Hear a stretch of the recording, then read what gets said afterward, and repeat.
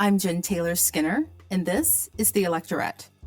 Today's episode is very meaningful for me because I have a conversation with someone I deeply admire, author and fellow native Memphian, Leta McCollough Seletzky.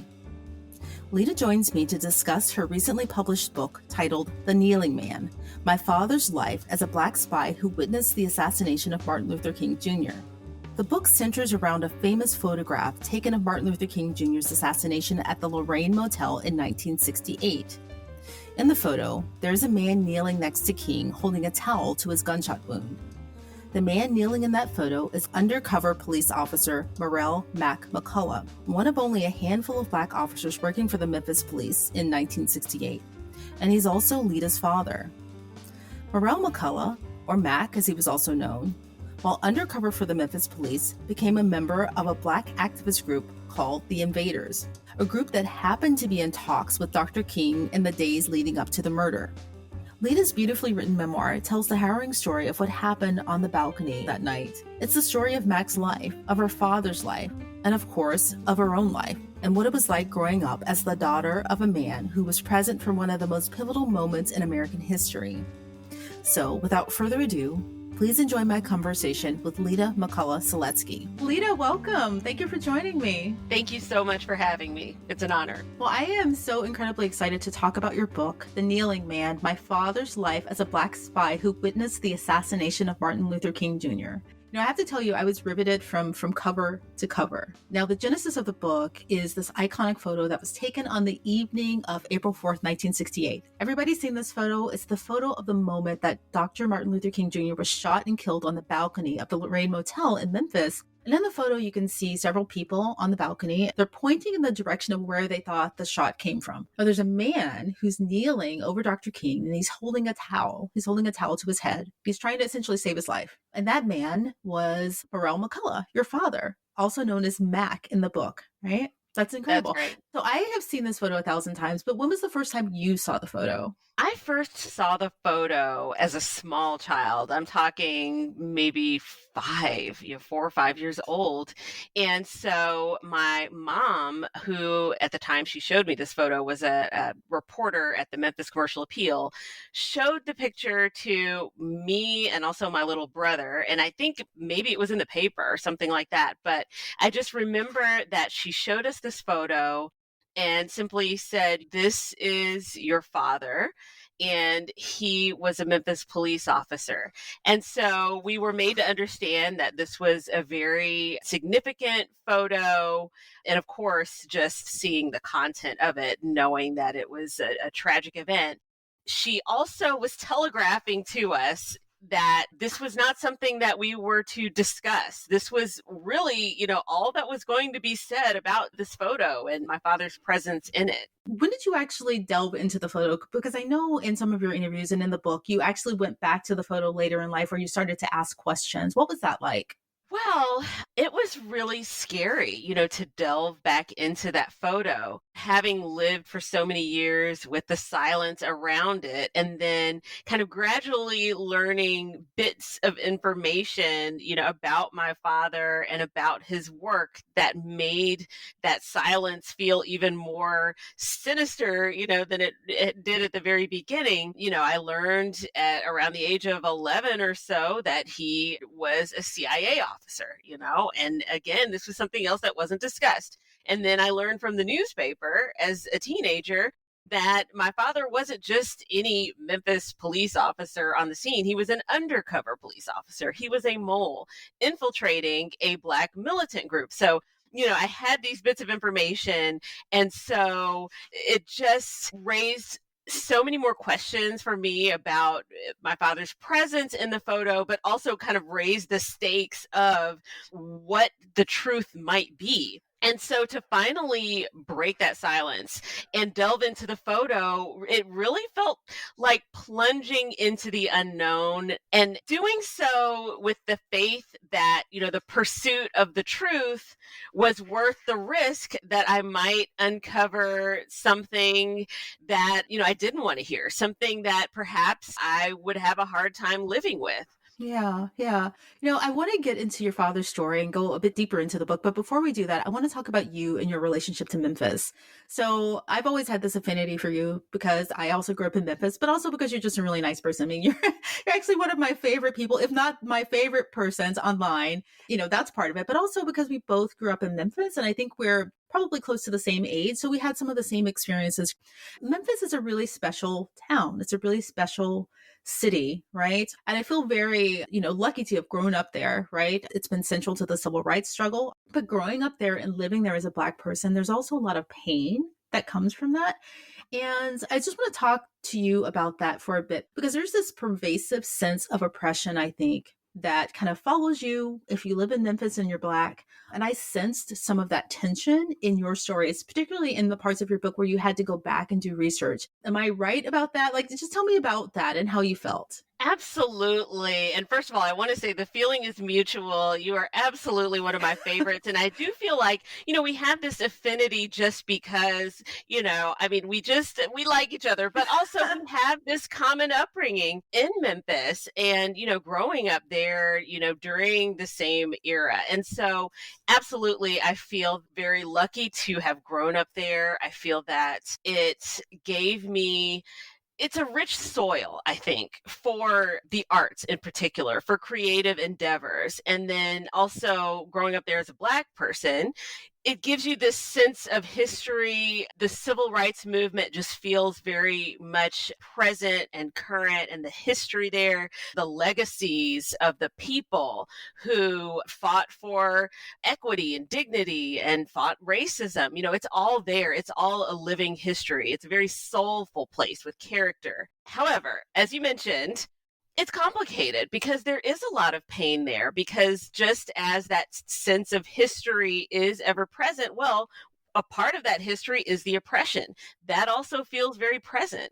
And the experiences that I had growing up there were quite formative and feel fresh. The first memory that I have of going to preschool and being out on the playground, first generation of my family to grow up during integration, being told by these two white girls point blank, we don't want to play with you because you're Black. The way that that felt, and I can still feel that body blow. I mean, now there's this video going around of the little girl who was ignored at this medals ceremony. When I see that video, I feel that. I feel that so deeply because perhaps, my experiences weren't nearly as momentous as that, being on this grand stage.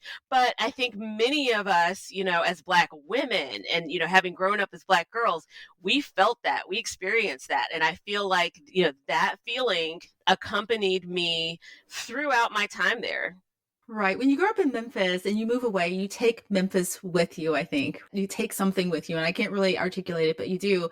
And I try to explain to people what it's like growing up in Memphis because there's kind of this, it's pervasive, but it's also kind of a quiet racism and a quiet oppression. So many people just live with it. And, we'll talk about that later about your father during the sanitation strike. There's so many people who were native Memphians who hadn't moved away, who they were kind of resigned to that. But also, your dad, thinking about his time in the Memphis police, right? He started working there when he was in his early 20s. He was really, really young. I'm curious as to why he wanted to work for the Memphis Police Department, first of all, amid the tension that was in the city at the time. Right. This is something that's really interesting to me about the book and the entire story is, that path that he was on to a career in law enforcement was not something that he orchestrated in advance. This was not a premeditated, venture. He never grew up with this burning desire that he wanted to be a police officer. The truth was that, what he wanted was to have a, career. He was interested in agricultural sciences and things like that, having grown up in rural Mississippi. But he wanted a higher education. The way to get that was through the GI Bill. And so he enlisted in the Army and took the entrance exam and was placed in military police school. So this, law enforcement was not something that he chose, but this was chosen for him. And so in this pipeline from high school to military, that ended up giving him this professional background of being a military police officer, so that when he was discharged from the Army in 1967, 23 years old, back in Memphis, and cannot get a job, pounding the pavement day after day, looking at classified ads and getting nothing. And finally hearing this ad, a recruiting ad on the radio for the Memphis Police Department, it was his cousin, Eugene, who he was riding to work with, who suggested, hey, Mac, you were a military police officer, so, why wouldn't you put in for this? And my father was pretty incredulous, at the suggestion, but he did it because, he didn't want to let his cousin down. And he said, okay, well, I'll just go down there and pick up the application, which, it turned out to be far more complicated than that. But he became a Memphis police officer essentially because that was the only sort of upwardly mobile career that he had access to by virtue of his military background. But again, this was a path that he was on in pursuit of trying to live out his full humanity, his pursuit of self-determination and trying to make something of himself. Yeah, there were so many serendipitous moments in his story. The police department was like you'd imagine it would be in 1967. There was still police brutality, and he had to endure some, obviously racism within the force. He was one of only, I think, 2 on the force. How did he endure that kind of duality?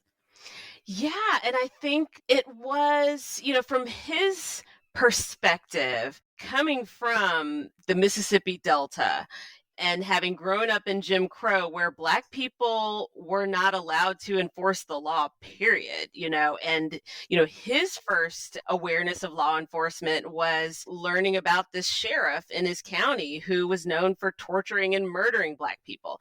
And so, Black folks were not given badges and commissioned as police officers. So from my father's perspective, coming to Memphis was a huge step up. I mean, first of all, you have a professional police department. They have a police academy where the officers are trained, and they actually do have Black officers on the force. I mean, at the time, the police department was about, I want to say 5.5% Black at a time when the city itself was probably over a third Black. So clearly, Black folks were not welcomed, on the police force in great numbers. However, Right. there were some. And so for my father, that represented a world of opportunity that was just completely closed to him where he grew up. And so my sense is he was looking at the Memphis Police Department as an opportunity to be part of that change. Everybody could see the changes happening in society. The change was in the music, the change was in the culture. And so these weren't changes that were happening overnight. The civil rights movement was in full swing. And so I believe he saw himself as part of that, bringing change onto the force, being this Black officer who, to him, law enforcement meant enforcing the law equally towards everybody every single time, But at the same time, I believe there was also this naivete there, being 23 years old and not realizing that the mindset within law enforcement was something very different, which really came down to reinforcing the status quo. Yeah. And so he, I don't think, was really cognizant of those differences, the difference in his attitude towards law enforcement vis-a-vis his colleagues. And then I just think just generally there was less social awareness. Of course, this is long before the days of cell phones and social media. And so while there was police brutality and there were these issues in policing, specifically in Memphis, there were reactions to police brutality, but there just wasn't that widespread, awareness of abuses in society the way that there is today. So it just was not something that was top of mind for him. I think one of the things that you didn't explicitly say in the book, but I kind of gathered, was that once things started to escalate during the civil rights movement, I think that some of the, how can I put this? I think that things started to escalate with the racial tensions, obviously with the racial tensions, but there seemed to be more obvious backlash, I think, from the police with the Black citizens there, right? Is that something that I'm imagining, or is that the case? Yeah, I mean, what's interesting is that, nationally, there certainly was this unrest. And, in 1967, the country had come through the long, hot summer. In various cities, there had been these, huge reactions in urban centers against incidents of police brutality and things. But then in Memphis, by contrast, it was much more laid back. I mean, which is part of the reason why the sanitation strike kind of came as such a surprise to many people, because Memphis just did not have these kinds of issues that you might have found, in a Los Angeles or Detroit or someplace like that.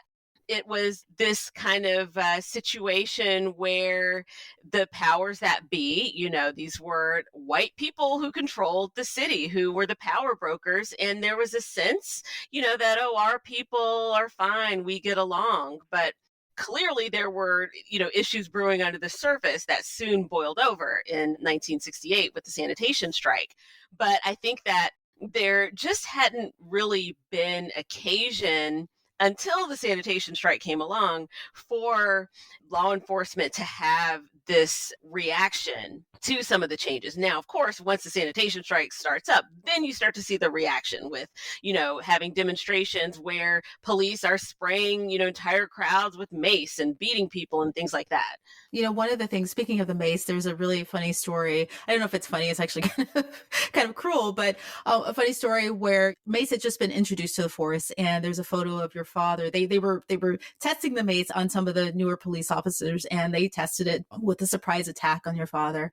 And that was in the local newspaper, the photos of, these police officers being maced, which brings me to my next question. I think one of the things that I gathered from his stories was that the Memphis Police Department both needed him, but they also didn't truly value him because they didn't really protect him. When they sent him undercover, they did so kind of haphazardly.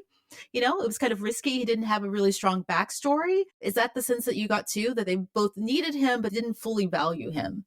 Absolutely. Well said. I mean, I think there was such a lack of care that was so apparent in Yeah. the way that he was treated, as you mentioned, with the macing, where when I saw this story, when I came across this in the Commercial Appeal archives, I mean, my first question was, out of all of these recruits, they're going to choose the black guy, Right, to right, like right, right. mace down and then have this huge photo spread about it. But then, also this undercover mission, sending him into this group that they clearly know little about, and they need him to be their eyes and ears to gather information. And they just took such little care in, ensuring that he was safe.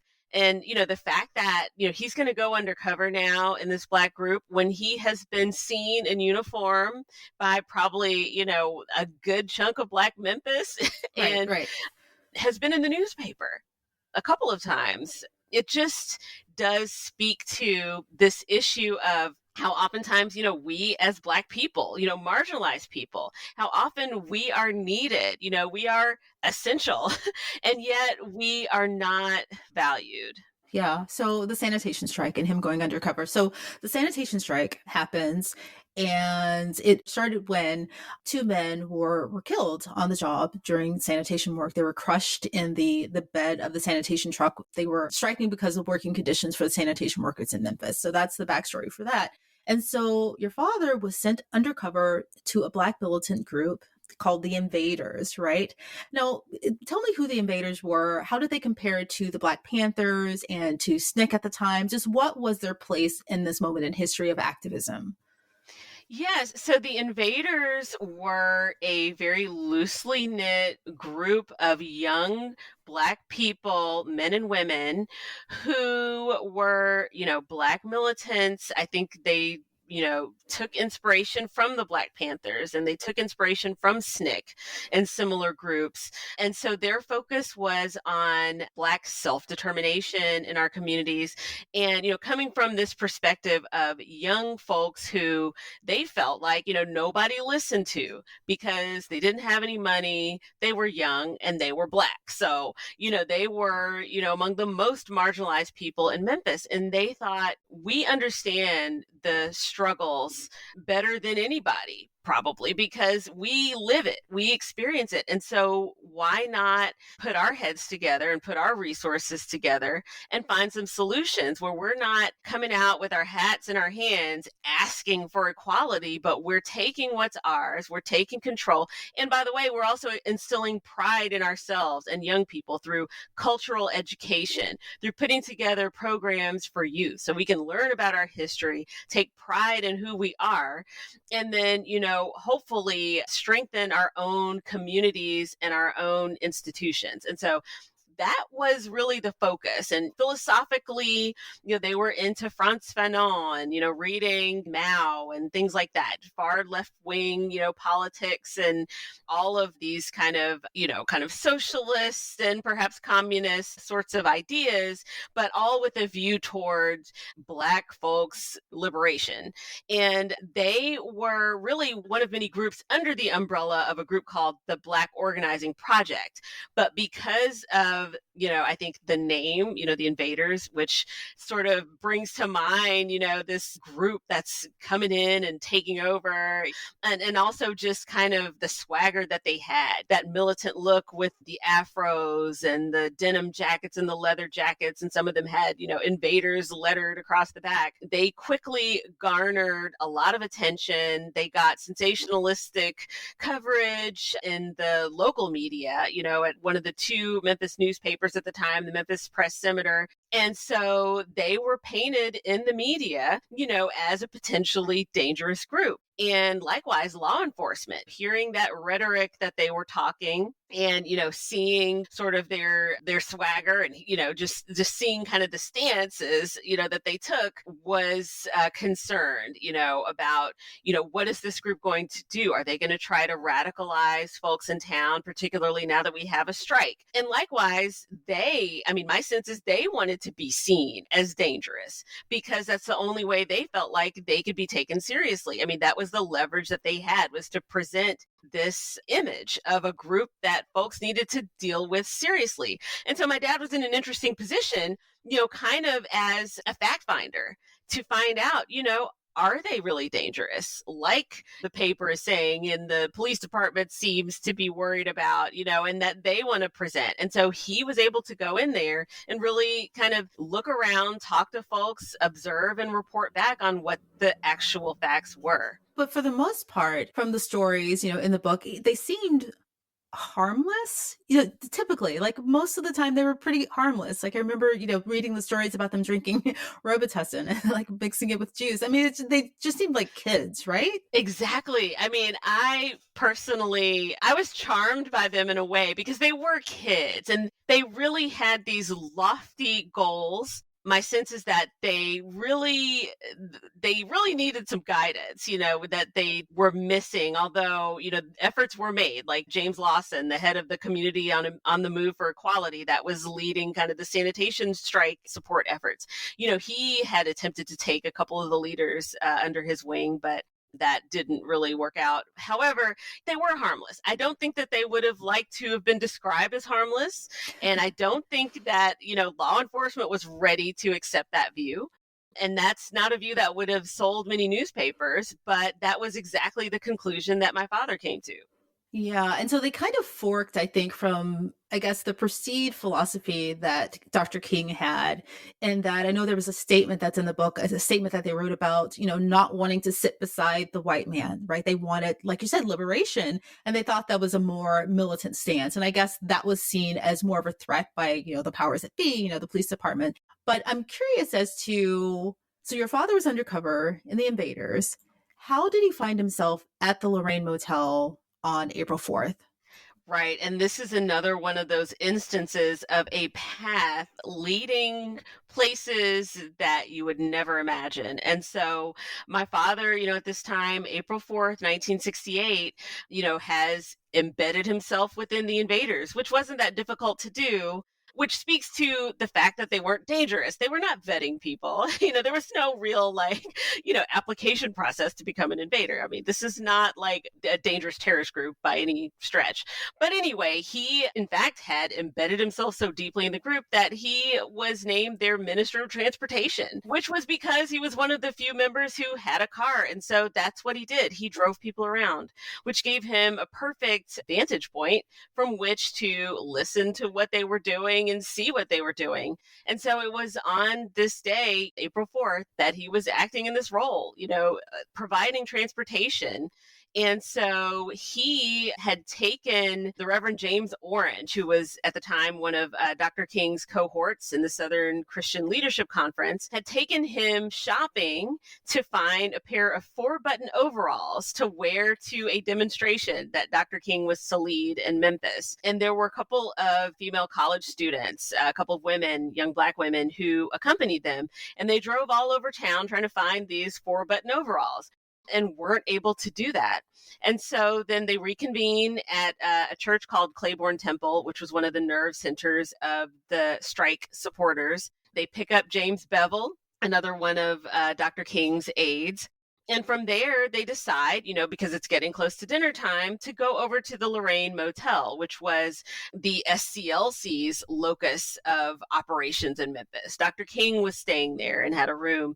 And then the group had also gotten a room for the invaders so that the two groups could talk about what was going to happen at Dr. King's demonstration, and hopefully get the invaders to kind of act as marshals and ensure that this would be a peaceful demonstration. And so, they drive over to the Lorraine, the sun is setting, they get there, pull into the parking lot. And what do they see but Dr. King standing on the second floor balcony outside of room 306.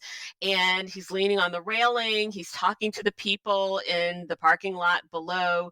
It's a big spectacle, here is Dr. King, what is he saying? And, he's kind of laughing, he's lighthearted. My father and everybody else, they get out of the cars and, they're, just as they're approaching to kind of hear the conversation, there is a thunderous boom. And I've heard reports, of how, some folks didn't know what it was initially. They thought, maybe it was a car backfiring, maybe it was a firecracker. My father immediately knew that it was a gunshot with his military training and also being a trained police officer. Unlike a lot of folks who are not necessarily going to be running into an active shooter situation. In fact, I would say, there are very few people who would do that. And particularly somebody who is trying to protect their cover, which my father was, having to do. But he saw Dr. King fall, and his thought was, somebody's got to do something. And, he was trained to provide first aid. And so he ran up an external staircase, dropped to a crawl, passed a cleaning cart on the way over to Dr. King and grabbed a towel off that cart and used the towel to apply pressure to Dr. King's wounded jaw, which is the moment that's captured in the famous photograph. Right. That's incredible.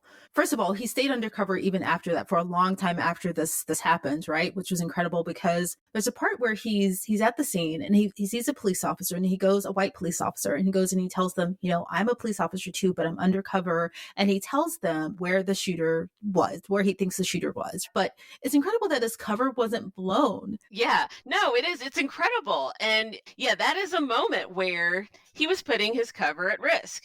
I mean, first of all, running up there and being in this photograph, that is going to put his cover at risk. And then sidling up to this lieutenant and just kind of saying in a low voice, revealing that he's undercover.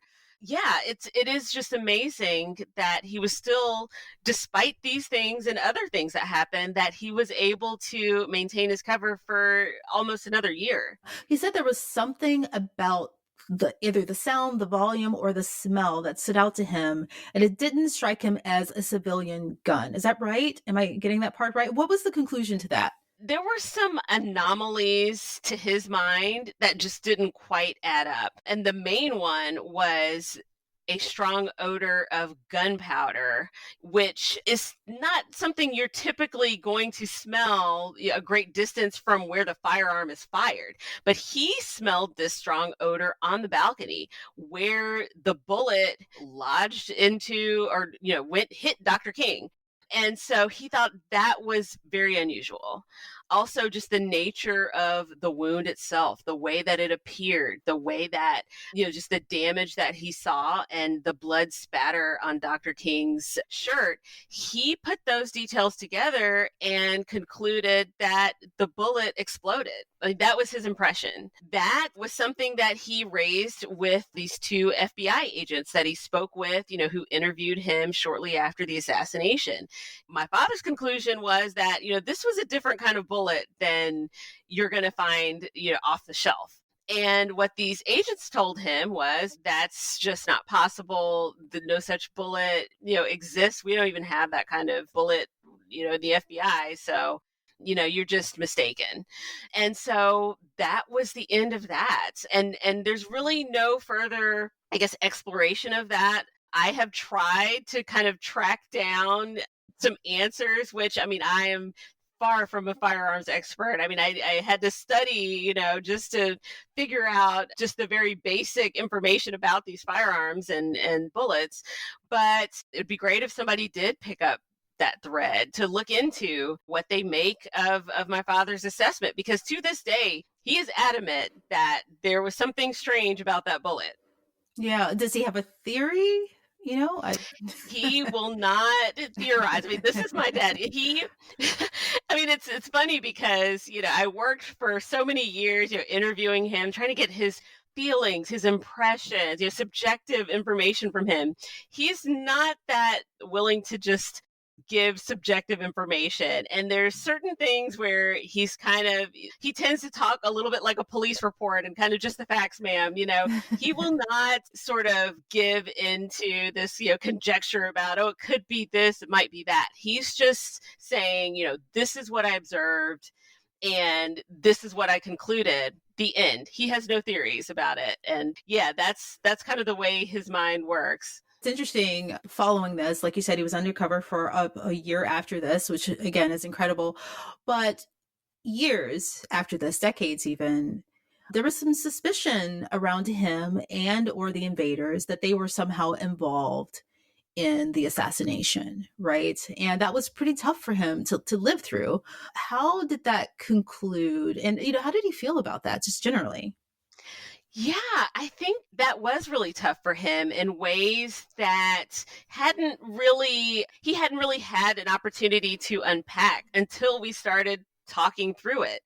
And I think the first time that these suspicions really impacted his life was after he had left the Memphis Police Department. His cover was blown in 1969. So then he was overtly, police officer, and he ended up going from the Intelligence Bureau to Vice and Narcotics and did that for several years, and then ended up getting recruited by the CIA after pursuing just a career that would allow him to kind of move up without hitting the kind of ceiling that he hit in the Memphis Police Department. And that's a story in and of itself. But anyway, he winds up at the CIA. And it was at the CIA that these conspiracy theories start to impact his life. In the late 1970s, the U.S. Congress has a select committee on assassinations. This is in the House of Representatives. And so they are investigating the assassinations of JFK and MLK. And so in the course of these investigations, you have congressional investigators who are going around talking to everybody who was an eyewitness to the assassination, everybody who might have, knowledge about what happened, to get to the bottom of whether there was a conspiracy to kill Dr. King. Did James Earl Ray really kill Dr. King? Matters of this nature. And so these investigators come to the CIA to question my father. The nature of his work at the CIA was not information that could be made public, not in a way that would allow him to continue there. And so once again, his job is kind of in jeopardy. if there's this, public knowledge of who he is and what he's doing. And so he's got to navigate that. He's got to answer the questions, cooperate, of course, which he's very willing to do, but at the same time worried that, his employment is going to be disclosed and his career is going to be derailed. But yeah, he's got to answer these questions. He ends up having to testify in a public hearing where he's asked painful questions. One of the questions was, do you think that your actions in trying to, apply pressure to Dr. King's wound, do you think that that could have harmed Dr. King? Could that have killed him? I can only imagine the gut punch, such a question must have been when he actually ran up there, put himself potentially in jeopardy to try to save Dr. King's life, and now being viewed as potentially having a role in ending Dr. King's life. But this is when the conspiracy, theories and the questions around him start to kind of coalesce. And then this continues into the 1990s when you have a figure, Lloyd Jowers, who ran a restaurant in the bottom floor of this rooming house where James Earl Ray was staying and where he, fired the fatal shot from. Well, Lloyd Jowers claims that he had a role in the assassination. He told various stories that weren't always consistent. But one of the stories was that my father and other law enforcement officers came into Jim's Grill to plan the murder of Dr. King, and so my father had to kind of deal with these allegations. There was a book that was published where, my father's mentioned by name as having a role in the assassination, total lies. So he's got to deal with that. And not only on a personal level, does he have to deal with the pain of being seen in this way, but he's also got to keep this from derailing his life, interrupting his livelihood. What's really interesting about that is that he was the one who ran, like you said, put himself in danger to try to actually save him. So, I can imagine how insulting and painful that is to be then accused of, actually causing his death. There are just so many issues that flow from the natural trajectory of his life, as I guess uncanny as it was and unusual. You can kind of see, in every step of the story, how one event influences the next and put him on this path just because he wanted to, have a career. He wanted what everybody wants, he wanted to kind of use his talents and his gifts and his abilities to be who he could become. And because of that, he winds up at the scene of one of history's tragic murders. One of my favorite chapters in the book is titled Flag. And that's where you talk about your own experiences with race. And, you'd moved out of Memphis, I think. And there's a story where you're having dinner with some couples. And, it was shortly after the 2016 election. And there was kind of a confrontation at the dinner because one of the couples, voted for Trump. I love this chapter because you talk about something that I struggle with myself, is that, how do we behave and how do we respond when we're in these environments, these, mostly white environments, when we're thrust in these environments, or we enter them because, like your father did, he had a career plan that he wanted, a career path that he wanted, or we find ourselves in college, or we find ourselves at a dinner with people from our kids' school, for instance. How do we behave? And I think that's what I meant earlier in the conversation. We were talking about, you kind of internalize that oppression, right? To the point where sometimes we find ourselves oppressing ourselves, right? And that's when we know that it's worked the way that it was intended, when we start to kind of police ourselves, right? And so you had this moment in this book, which is really beautiful, where you confronted this couple. And I want you to talk about that, but I want to read this quote. This is my favorite quote. You said, "I found myself in a place where I needed to be accepted when I should have been in a place where I belonged. Between these two conditions lay all the difference in the world. If belonging is a rich, life-sustaining meal, acceptance is a thin gruel. You can survive on it, but that's about all you'll do." I just love that. I'm going to save this and keep it somewhere. But talk about that story and about, how your own feelings evolved.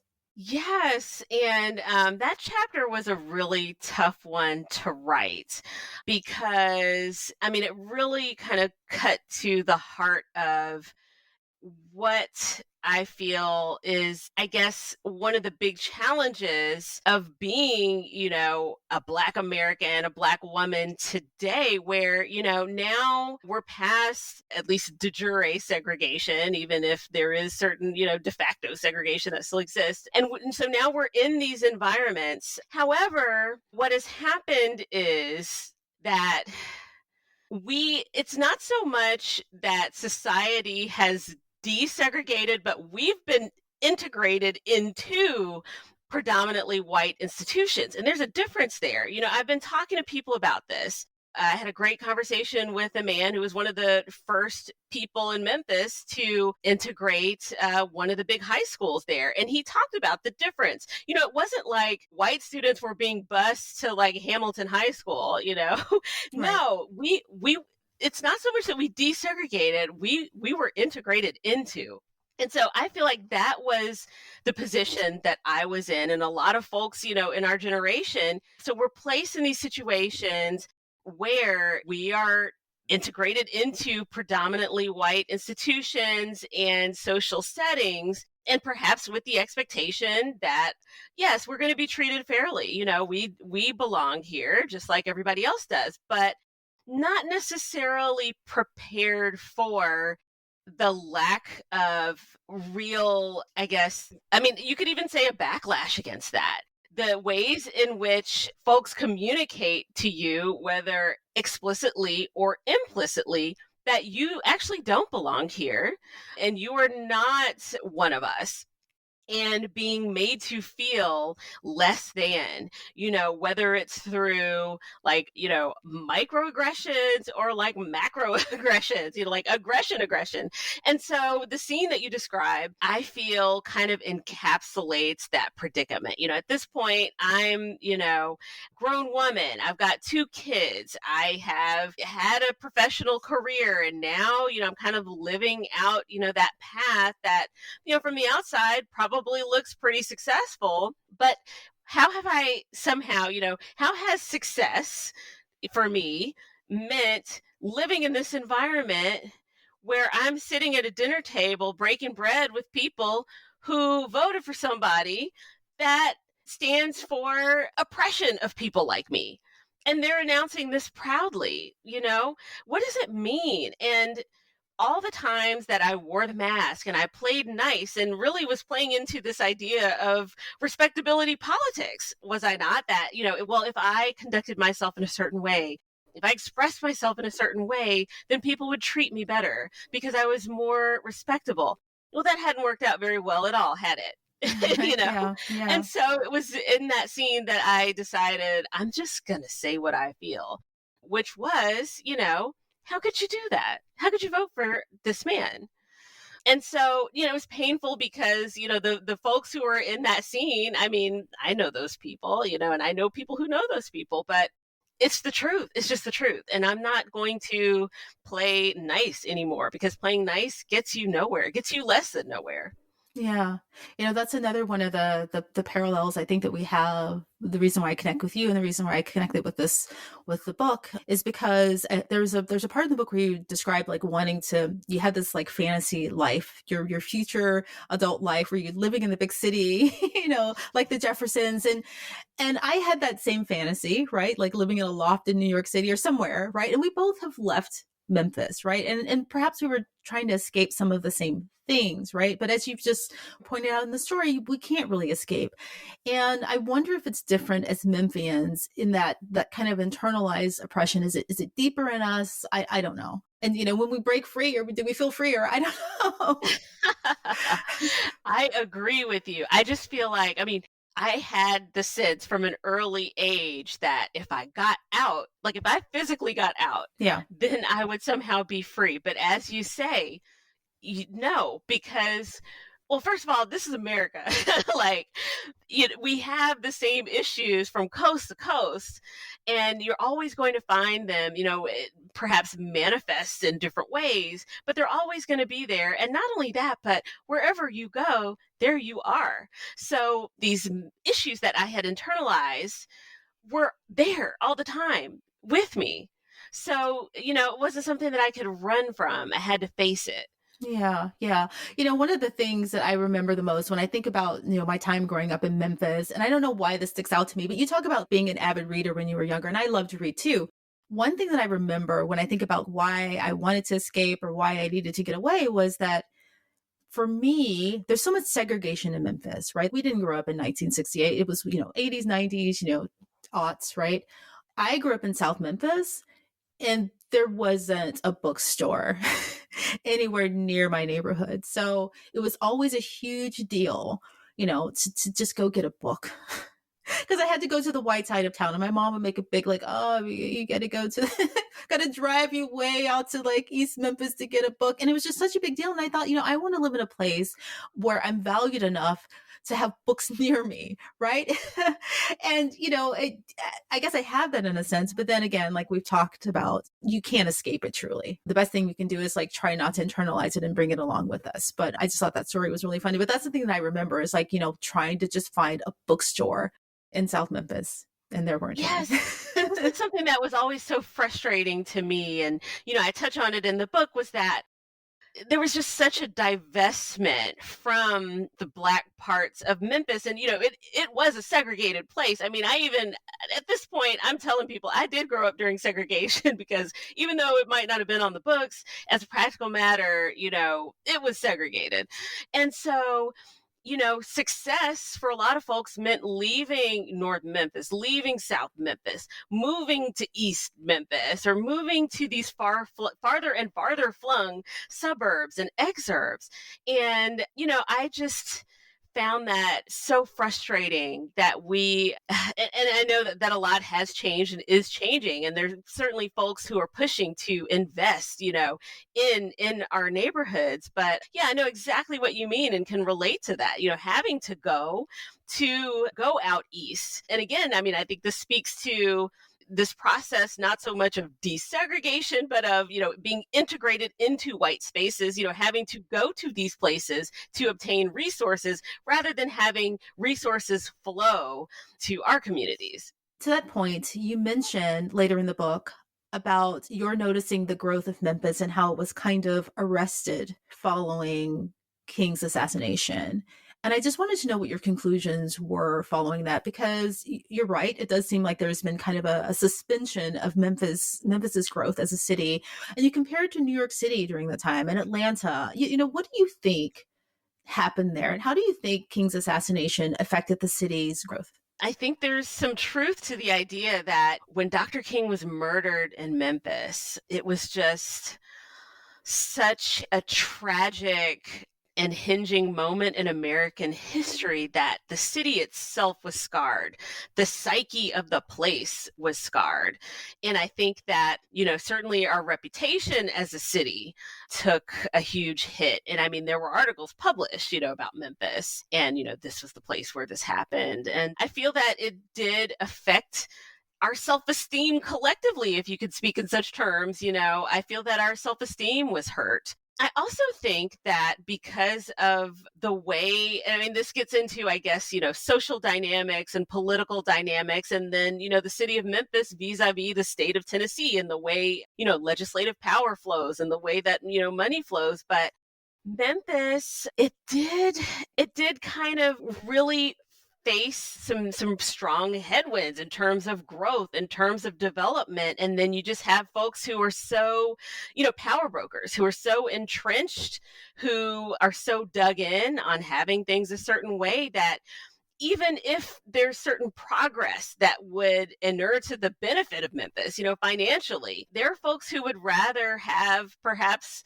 fewer opportunities if they can keep the status quo the same. I know I'm speaking in very broad terms. I think it's really complicated. It's tough to answer, in a short sound bite. But yeah, I do think that Memphis is still seeing the effects of the assassination. At the same time, though, I think we have the National Civil Rights Museum in that same place where something so horrible, something so unspeakable happened, that you have the birth of an institution that is doing such good work, in the community, not only locally, but nationally and internationally. And so I think there's hope that grows out of that pain and out of all of, the tribulations that we face there. But it's a mark that we bear. Yeah, I feel like the city fell into a long-term period of grief. Hmm. And not to mention, just the issue of gun violence, generally. I mean, this is obviously, a very high profile incidence of gun violence. And there is, this thread of violence that weaves through to, current day Memphis. I mean, there are just many, many issues that the city, like many cities, faces. And so it's really tough, but I'm so hopeful, and I see so many people and so many groups doing good work there, and anything that I can do to support, I'm so happy to do that, because I feel like wherever I go, I'm a Memphian. So Exactly. I'm so rooting for my city. Yeah. Well, Leta, thank you so much for joining me. Thank you for writing this beautiful book. I'll probably read it the third time. And just thank you. Thank you for being such a wonderful, beautiful person. Thank you. And likewise, thank you for being a wonderful, beautiful person and all the great work that you're doing. And it's been such an honor to speak with you about this book and about our hometown.